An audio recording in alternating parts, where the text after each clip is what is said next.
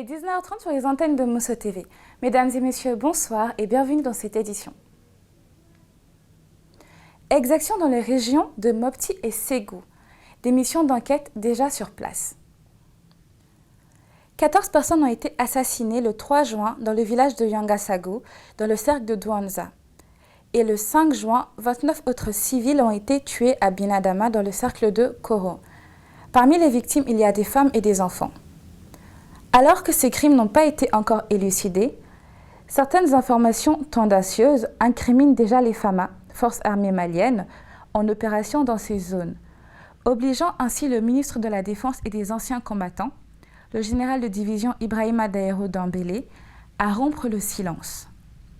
Dans un communiqué publié lundi, l'officier général informe que des missions d'enquête opérationnelles ont été diligentées dans les différentes localités pour faire toute la lumière sur ces allégations et demande par conséquent aux populations de collaborer avec ces enquêteurs commis à la tâche afin d'élucider les faits.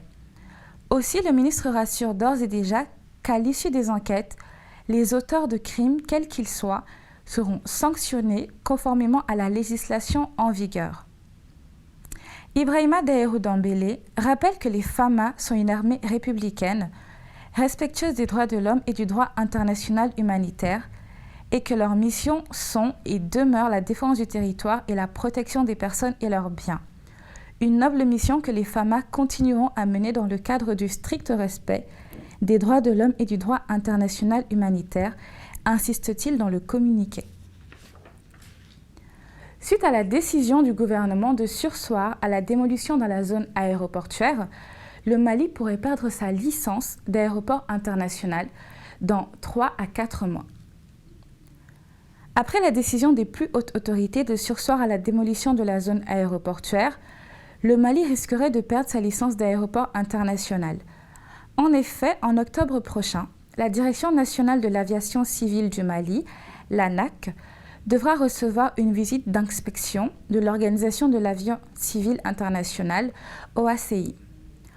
L'opération de démolition de la zone aéroportuaire qui était prévue pour le 29 mai dernier a été annulée par les plus hautes autorités du Mali.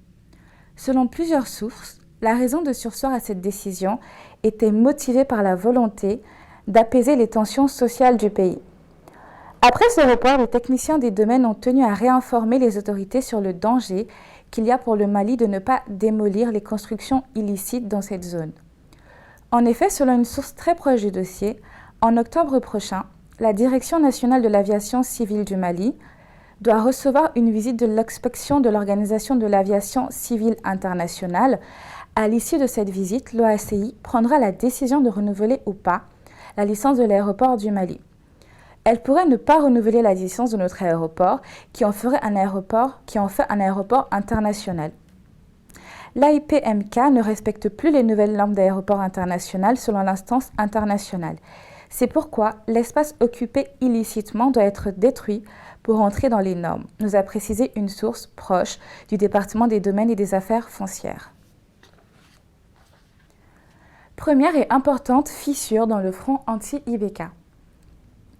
Si tous s'insurgent en ce moment en vue d'obtenir le départ d'IBK, tous ne sont cependant plus sur la même longueur d'onde au sein du front anti-IBK, après la manifestation d'envergure du 5 juin dernier. Plusieurs associations et partis membres dénoncent en effet la démarche dédaigneuse, méprisante, voire dictatoriale du coordinateur des mouvements, associations et sympathisants de l'imam Mahamoud. Première et importante fissure dans le front anti-IBK, de nombreuses associations et partis membres taclent Issa Kaojim et menacent de claquer la porte. Si tous s'insurgent en ce moment en vue d'obtenir le départ d'IBK, tous ne sont cependant plus sur la même longueur d'onde au sein du front anti-IBK après la manifestation d'envergure du 5 juin dernier. Plusieurs associations et partis membres dénoncent en effet la démarche dédaigneuse, méprisante, voire dictatoriale du coordinateur des mouvements, associations et sympathisants de l'imam Mahamoud Dicko. Il n'y a pas à dire, la mobilisation était à son comble. Des centaines de milliers de personnes, plus d'1 million selon les organisateurs, ont répondu à l'appel des initiateurs pour réclamer la démission du président Ibrahim Boubacar Keïta. Officiellement, cette grande mobilisation fait suite à l'appel du Front pour la sauvegarde de la démocratie, d'Espoir Malikoura et de la coordination des mouvements, associations et sympathisants de l'imam Mahamoud Dicko. Dans les faits, le mérite revient surtout à ces centaines d'associations de la société civile, partis politiques, influenceurs et activistes. Mais ces derniers dénoncent aujourd'hui la propension du coordinateur Issa Kaojim à s'attirer tous les mérites et surtout à faire main basse sur le mouvement en vue de le contrôler et d'y imposer sa marque et sa loi. D'où l'exclusion des acteurs pourtant engagés et dont le rôle a été et demeure encore déterminant. L'USAID apporte au gouvernement du Mali un appui de plus de 54 milliards de francs CFA.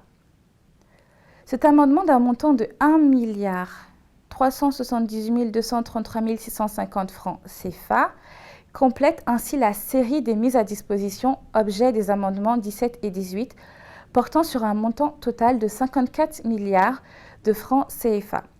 Sur cette enveloppe, plus de 16 milliards ont été destinés au secteur de la santé pour faire face au Covid-19. Les autres domaines bénéficiaires sont l'éducation, l'agriculture, les droits humains, la bonne gouvernance, la lutte contre le terrorisme, etc. Dans leurs interventions, le ministre Dramé et le diplomate américain se sont réjouis de l'exemplarité de la coopération qui lie les deux pays. Signalons que la cérémonie de signature s'est déroulée en présence du ministre de la Santé et des Affaires sociales, M. Michel Amala Sidibé. Au Nigeria, une attaque djihadiste fait au moins 59 morts dans le nord-est. Un village a été rasé et au moins 59 personnes ont perdu la vie mardi dans une attaque d'un groupe dissident de Boko Haram dans l'état de Borno, dans le nord-est du Nigeria. Les combattants du groupe État islamique en Afrique de l'Ouest ont tué mardi 9 juin.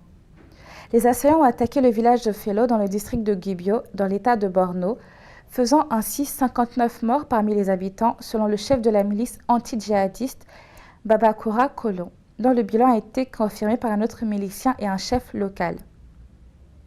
Certains ont été abattus et d'autres ont été écrasés par les véhicules des djihadistes.